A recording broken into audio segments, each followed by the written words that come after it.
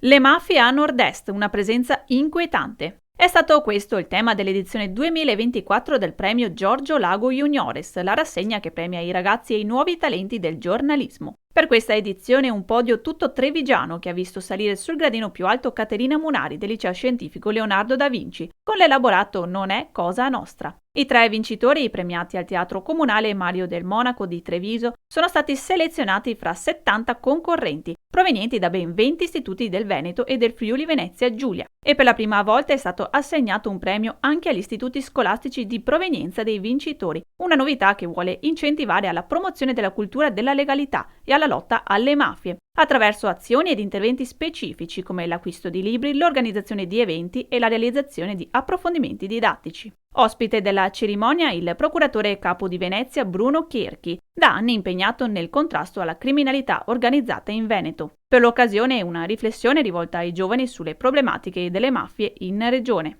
Non è strano perché i ragazzi sono inseriti nel loro mondo e in un mondo, soprattutto qui nel Veneto, dove il problema mafie per lungo periodo e per la verità tuttora è ancora un dato non sentito completamente dalla popolazione.